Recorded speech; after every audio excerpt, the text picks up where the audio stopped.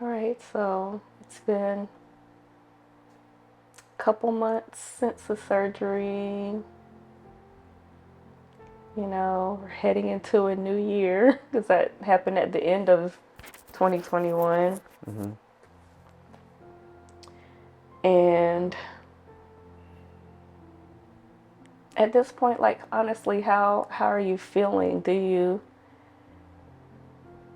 think about the loss, what maybe could have been? Did you have moments where you were like, you know, oh, what would have been if the miscarriage wouldn't have happened, or Yeah, I think about it from time to time. mm-hmm. Um,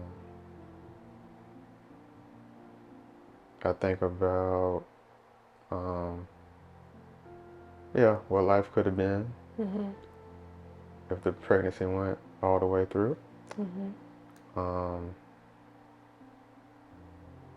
I think about, well, I know how I felt during those times Mm-hmm. where, as being the husband, you know,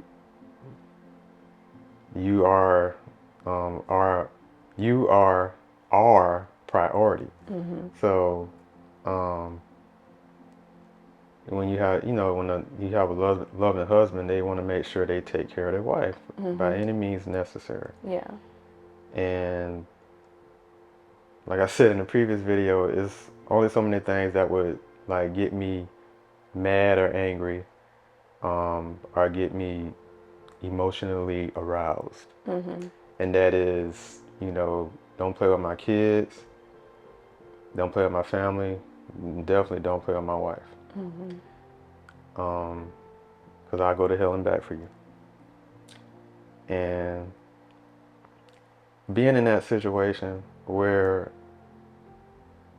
someone is telling you that, um, your wife has to have surgery, and you're going through these miscarriages, and I'm seeing you in this helpless state, but at the same time, I can't do anything about it. Yeah. And I really want to help you. Is there's anything I can do, any solution, anything I can do? Can't do anything but watch, Yeah. for the most part. So now I'm feeling helpless, Yeah.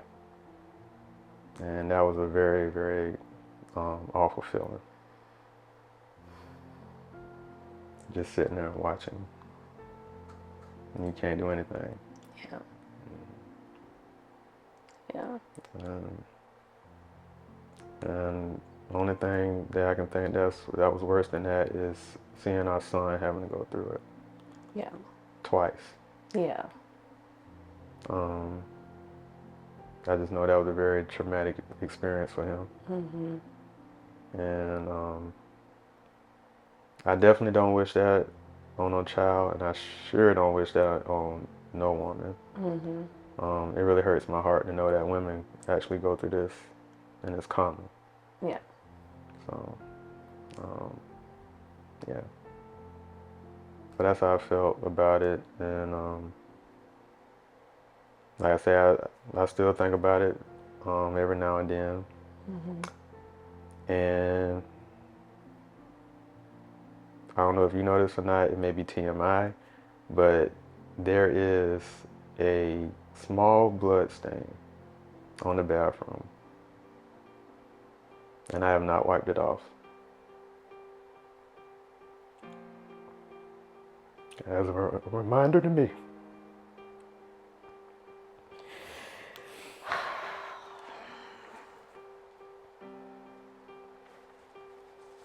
that God is so good.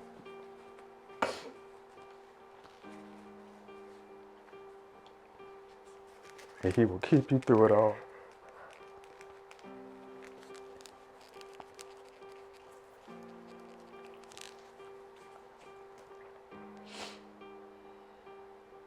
And I remember seeing it for the first time, and I did not wipe it off. I did not clean it up. I left it right there.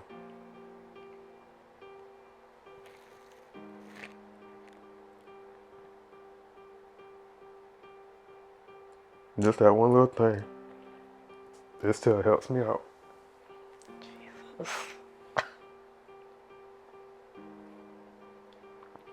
When I go through anything, I look at that.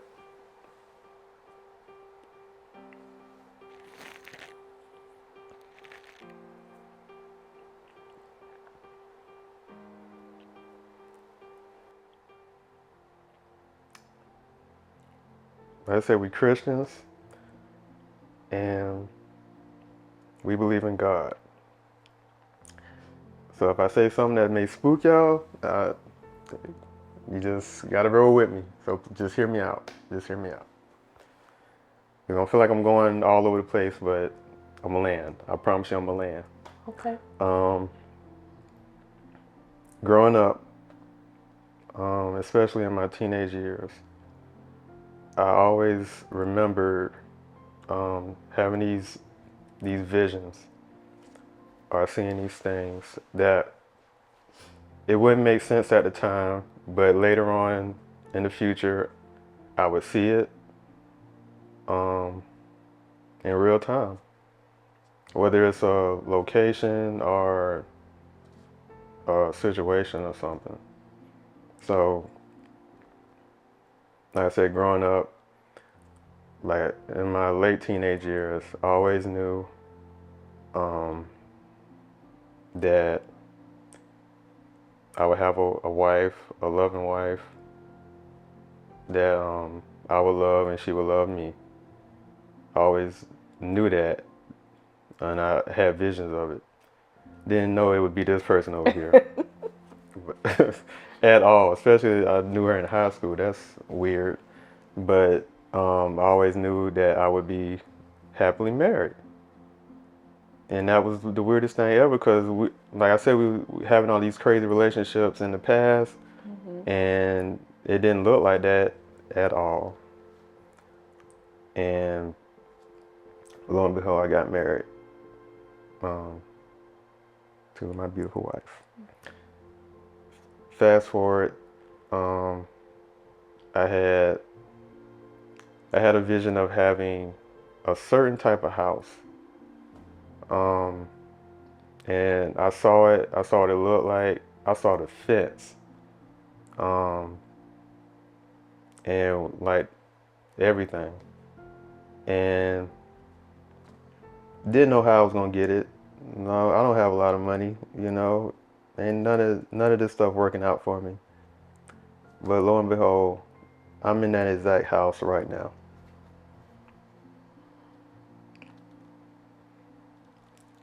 And I saw it in a vision a long time before I had the house. And you know the situation we was in, and you know what we was going through at that time. It didn't look like we was gonna get no house like this at all. Yeah.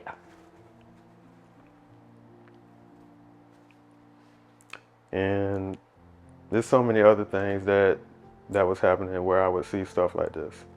So we had the first miscarriage. I was like, okay, it was a sad experience, and we move on. God got us. And then it happens again. And not only that, we saw the baby and everything. So that made it even worse. And I remember after that, I was home alone in this same house. And I said, when we got the house, I said, God, I know why you gave us this house. And we're gonna fill it up with another child. I know we're gonna have another child because everything is working in order. And after that second miscarriage, I remember being home alone. I walked in that room, that empty room with all of our stuff in it that we was using like a storage room. I walked in that empty room and I prayed to God. I said, God, I know for a fact there's a child supposed to be in this room. Because you never lied to me.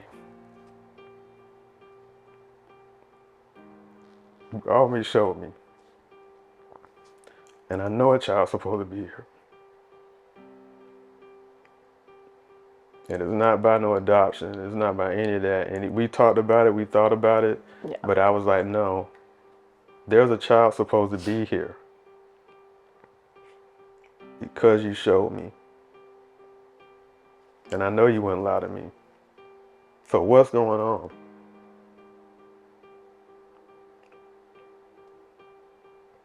And I just kept praying it. And I heard him say, I hear you, son. I hear you.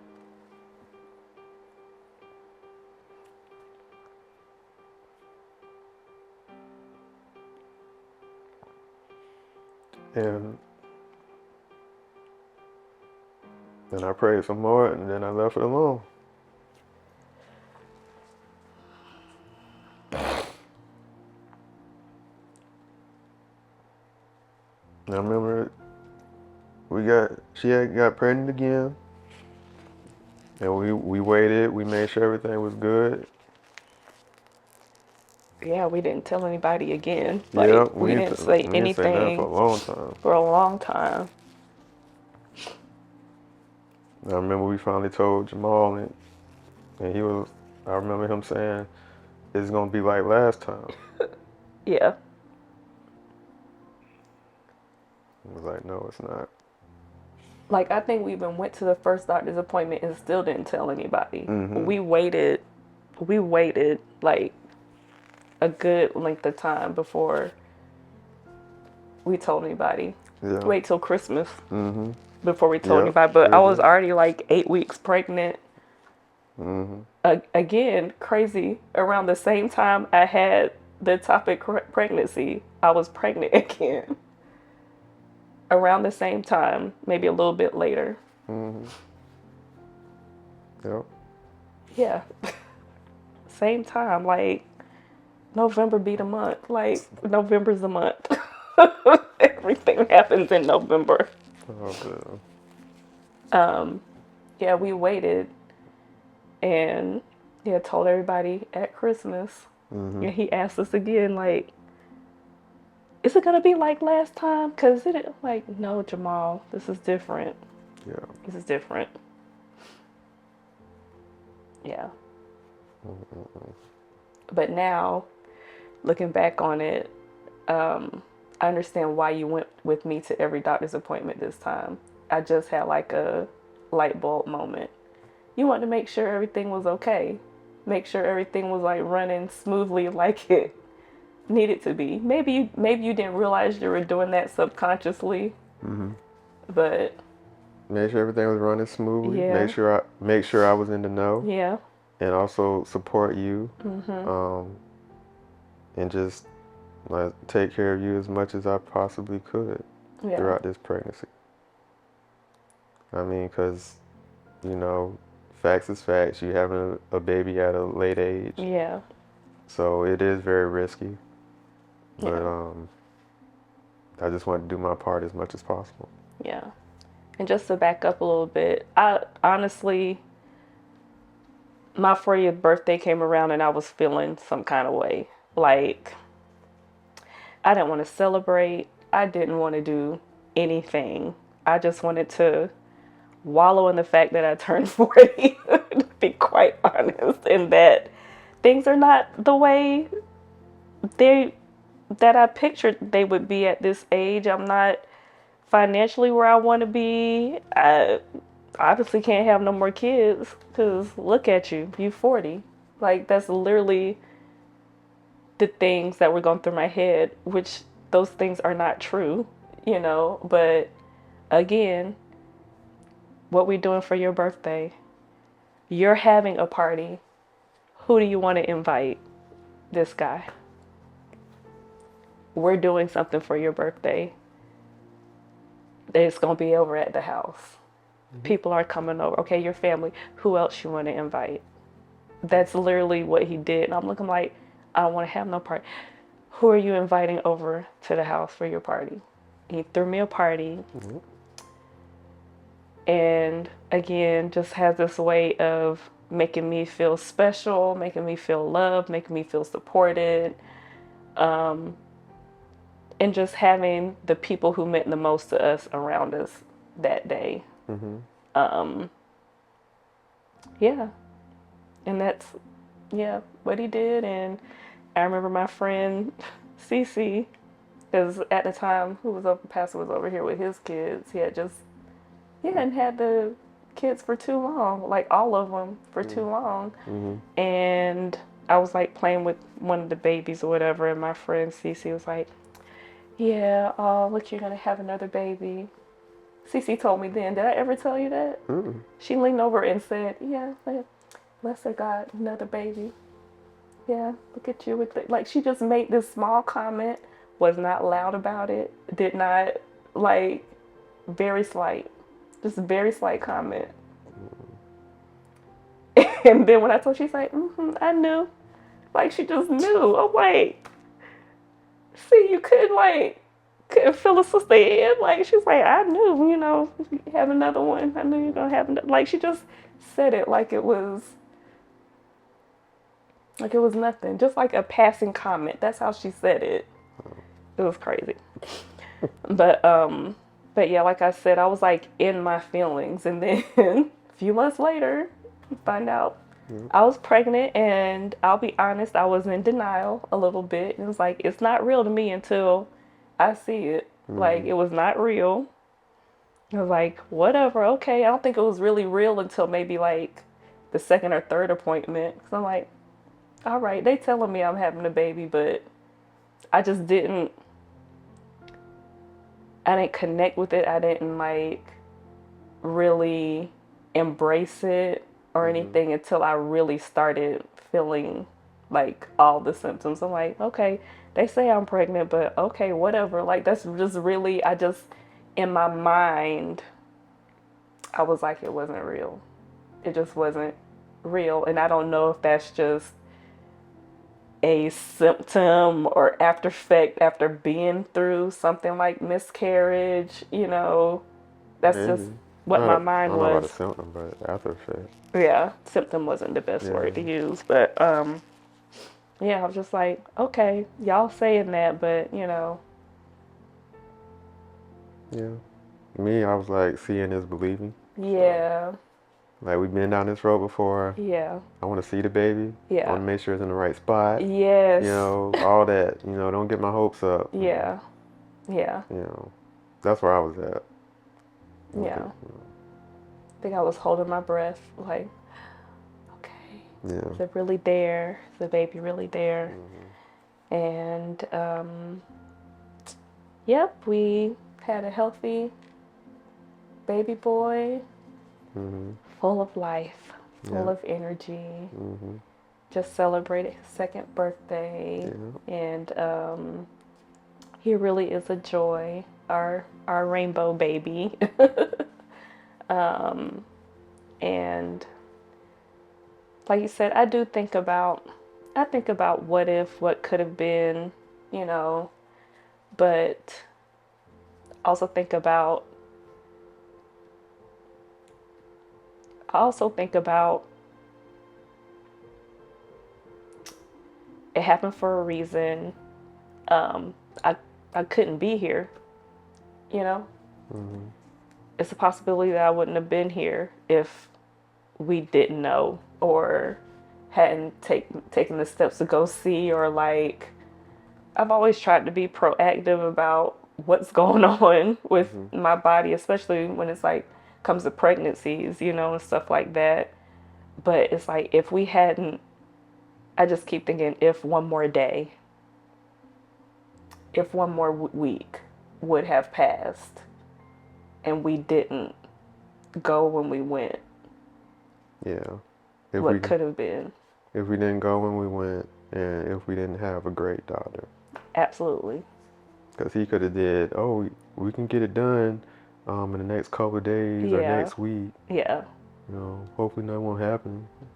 Right.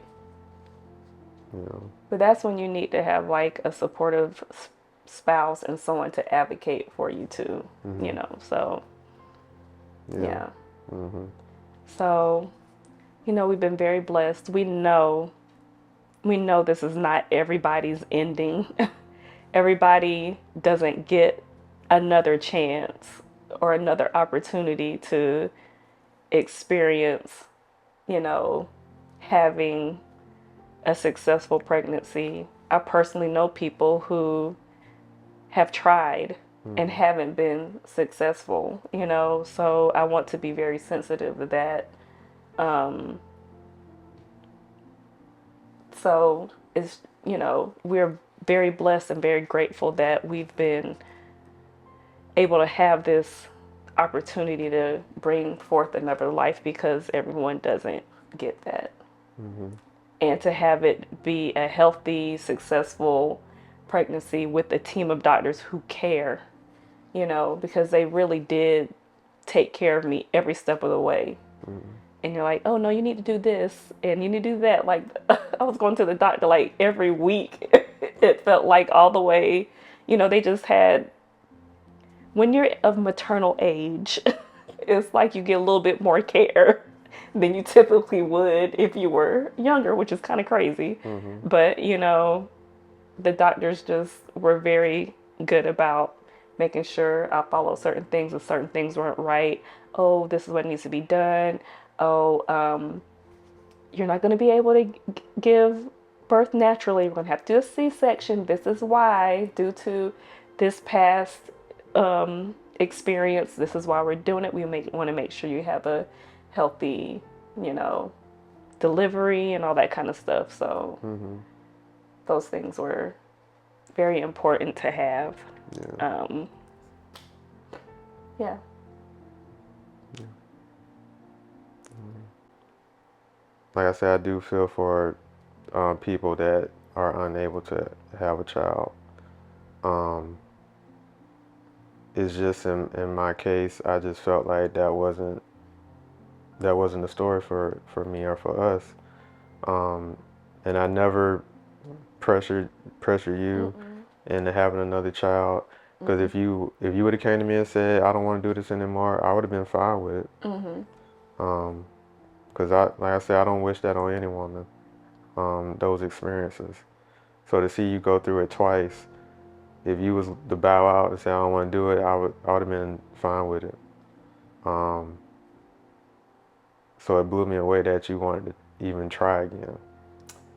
I had, not similar to you, I felt there was supposed to be another child in our life because we had those conversations. I didn't know how, but when we were like trying and nothing was happening, I finally had a peace like, okay, Lord, maybe this isn't the way you want it to come.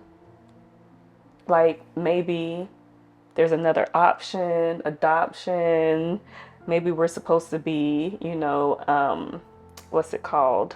Um, where you don't, it's not where you adopt, but like the child lives with you. Foster. Foster. Yeah. Foster parents, maybe that's the route we're supposed to be in. Maybe we're supposed to be giving love to some other children. Like, I didn't know, but I finally had a peace about it. Like, okay, Lord, if this isn't your will for it to be this way, I'm okay with it. Mm-hmm. And that's when he came. That's when I finally was like, okay, Lord, when I gave it to him, Mm-hmm. that's when he opened up the windows and poured out a blessing. Like, I wasn't, I had finally came to a peace about it because literally we were trying and my cycle would come every month and I would cry. I would cry when it would happen, like, okay, maybe it's not meant. Mm-hmm. Every time I would cry. And then I think it finally came to a point because we had been trying for maybe like a year or so, Mm-hmm. like close to a year, like maybe 9 months or something like that. And yeah, I finally came to a peace about it. Mm-hmm. And I think that's what needed to happen for things to like happen the way they did. It doesn't happen like that for everybody. I'm not trying to make it like Yeah. mystical or like Yeah. if you do this, God gives you that, because it's not Yeah. that. It's not. But I I think once I let go, okay, God, your will, it kind of, you know, Mm-hmm. opened up like, okay, I can do what I need to do. Like God is like, I can do what I need to Yeah. do. Exactly. Yeah. Yeah. The same thing. I prayed about it and I gave it to God and I left it alone. Yeah. Um, like I said, I told God like I know about adoption. I'm thinking about adoption, or being a foster parent and stuff like that. But it's just like I can't see it. Mhm. I could not see it, no matter how hard I thought about it. Yeah. It's like I saw my child in this room, Yeah. and I couldn't see anything else. Because there's been times where I wanted something and I never saw it or anything like that, and I was like, well, maybe I'm not supposed to have it. And just Yeah. keep on moving. But that I saw that, Yeah. so I was like, you never prove me wrong any other way, so you're not gonna do it now. Yeah. So, but after that, I didn't think about it anymore. After I did that prayer. Okay. Yeah. Yeah. Well, I think one of the main things that helped me um, throughout the pregnancies and even the miscarriages is my faith in God and um, Him revealing things to me throughout the process and even throughout my life. One of those things that He revealed to me throughout the pregnancies was when He gave me our child's names. And when you was pregnant with our first child, He told me that he would be like you, but he would be greater. Mhm. And he would be a leader. So that's how he got his name, Jamal, which is my middle name. And his middle name is Alexander, after Alexander the Great. Mhm. So that's how he got his name. And if you know us, you can see that all over our son Jamal. Yeah. He is definitely a leader. He he beats his own drum, Absolutely. you know. He gonna do whatever he feel. Yeah, he is not trying to be like anybody else. He At really is all. not. At Like, all. even when I try to get him to do certain things, he's like, "But mommy, I Mm-hmm. don't want to do that," or sometimes he'll be like, "I'm like, Jamal, you should do this." He was like, "Okay." I'm like, "You really don't want to do it, do you?" He's like, "No, but because you know, said this is what I should do." I'm like, "No, it's fine." Like, I have to remember that I can't make him like I want him to be. Like, our job is to shape and mold them, absolutely, for sure. But at the same time, he gonna be who he's gonna be. Oh yeah. Yeah. You know? Yeah. So just try to move that into a more positive light and Yeah. not, doing something crazy. Yeah. Um, but yeah, I see it in him every day. Mhm. Every day. So then when we had, our second child, um, God gave me the name again. He said, you know, he gave me the name Jason, and the name Jason means healer. And his middle name he gave me is Armad. And I know God gave me that because I'm like, what is that? What's an I'm like, Armad? I'm like, Armad? I'm like, Ahmad or Armad? Like, Yeah. he's like, Armad. Like, And he gave me the spelling and yes. everything. And that's the same thing I said to God. Like, Armad? Like, you mean Ahmad? Like, like, no, Armad. I'm like, Mhm. Armad? What is that? Mhm. I had to look it up, like, does that name even have meaning? And yeah, it does. It means Mhm. mighty warrior, and a battler. And again, if you've seen our son Jason, big, cocky, swole Jason, swole toddler looking. You see that all over him, man. Yeah. He liked to fight. He liked to wrestle. Yeah. He is very athletic already, and he just run up and Yeah. down the house. He like to be thrown everywhere, and he just think it's the funniest thing ever. Solid. Homeboy is solid. Yeah, Only 25 pounds, but boy is solid. very solid, Mm-hmm. and he likes to fight. Yeah. My oldest son, no way. You tap him, yeah. I barely hit you. No, not the baby. He think it's funny. Yeah, he think it's a game. Mm-hmm. I pop him, he laughing. I'm like, oh, you laughing? That's funny? Ah, okay. So, yeah, they are very different. Mm-hmm. Very different. But I can see them working together on a lot of things. Yeah.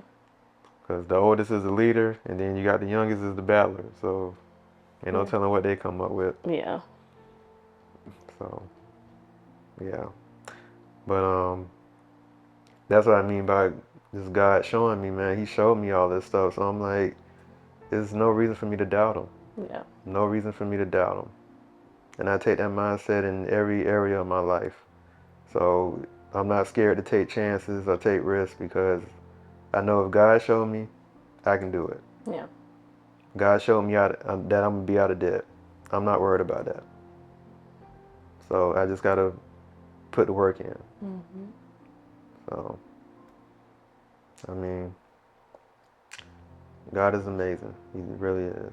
He Yeah. really is. So, where we go from here? We know this Yeah. was a tough topic, Mm-hmm. even for us to kind of share. So I just want to say I appreciate you for being vulnerable in this moment Yeah. and just sharing your heart and kind of how you've dealt with the loss and gone through the grieving process. And we know everybody have experienced all different types of loss. It may not have been, the type of loss that we've experienced, and we know everyone deals with grief in different ways Mm-hmm. as well. Yeah. But if you're dealing with grief, we're always going to point you to the Lord, and we're always going to point you to a therapist because I definitely did see a therapist after the loss. Probably should have stayed in a little bit longer. That's what my best friend would say. Mm. But definitely seek out help and make sure you talk to somebody. You're not in it alone. You're not alone. So lean on those support systems that you have and kind of, have those conversations with people. Don't be afraid to talk about your grief, where you are, how you're feeling in the moment. Because, like I said, it's a process. It's not something that you just get over overnight. There's times where I think about, what could have been. Could we have 4 little ones running around here? I think about those things all the time. And I know Jamal and I have had discussions about that sometimes too. Like every once in a while, he'll mention it, oh, I would have had more siblings and stuff like that. He does. I know he does, but I don't think that would have been the case, son. We just wanted one more, you know? Yeah, but still, he has mentioned it to me, like what would have it been like if he would have had more siblings. He's mentioned it to me before, so I do want to say shout out again to Alana, because when we were going through that time, she directed me to a friend of hers that created a grief book specifically for miscarriages. I'll put the name of the book in the description, but I was able to share that book with Jamal, and it did kind of help him through that time. It was a great book and with great illustration on how to handle grief of a miscarriage. Okay. So thanks again for sharing that information with me. And Also, I think this is also a lesson to make sure that you have somebody to advocate for you, especially when it comes to your health, when you're dealing with, pregnancy. I know we've heard all kind of stories, especially about our black and brown sisters who are pregnant and they don't make it. I could go on a whole tangent about that. We just have to make sure that we take care of each other, advocate for one another, because the mortality rate is insane. Um, watch out for your health, take care of yourselves, do things to make sure that you're okay, and make the doctors listen. And if that doctor doesn't listen, leave and find you another doctor that will listen. There are too many doctors out here, Yeah. and we have to make sure that we take care of ourselves. I gotta stop because I will go on a whole rant about that, and that's probably a topic for another day. Hey. But yeah, if you know your body, Yeah, nobody knows your body like you do. yeah. Listen to those signs for sure. So you feel like you need to get a second opinion or just go somewhere else, do that. Yeah. You only got one life. Yep. You gotta take care of it. That's right. Don't depend on nobody else. Yeah. So,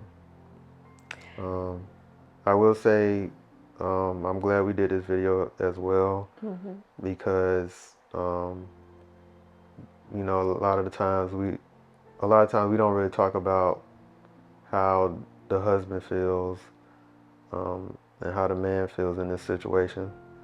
So, I'm happy I get to share that, and let people know the other side. Because it's true. Like when your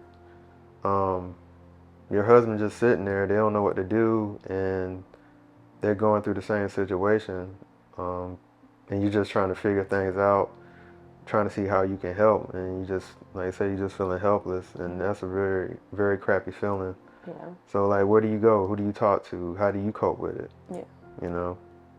So,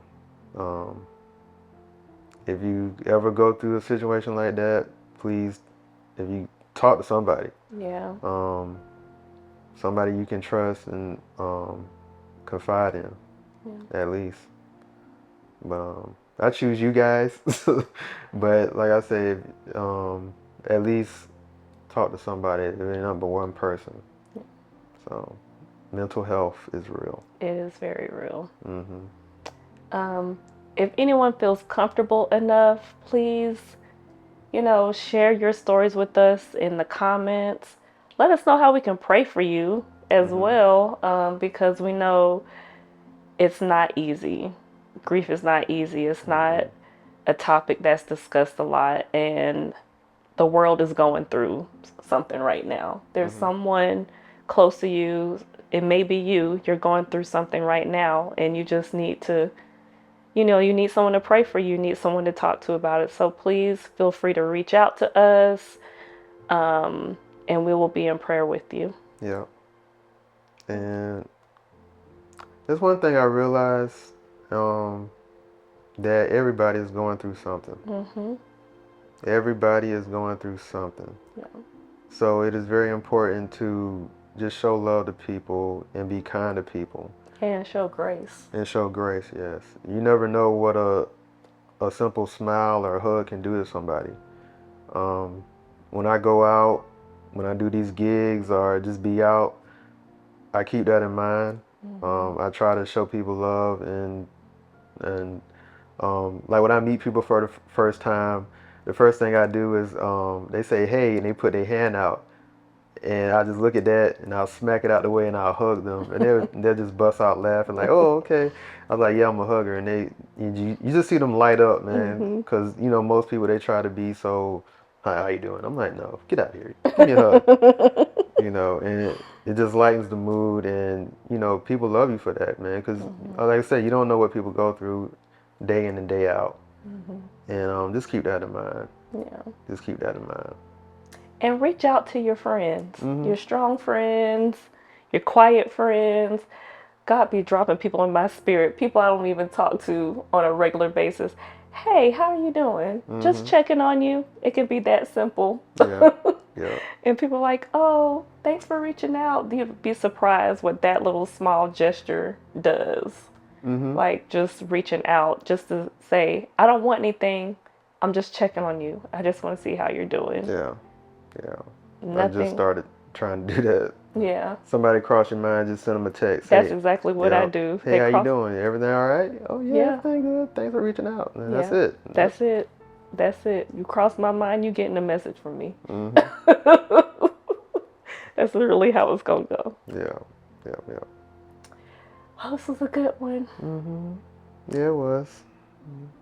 I guess. Yeah. Well, don't forget to like and share. Share with a loved one. Share with someone who you think may need to hear this story. And Yeah. we'll talk to you next time. Bye. Peace.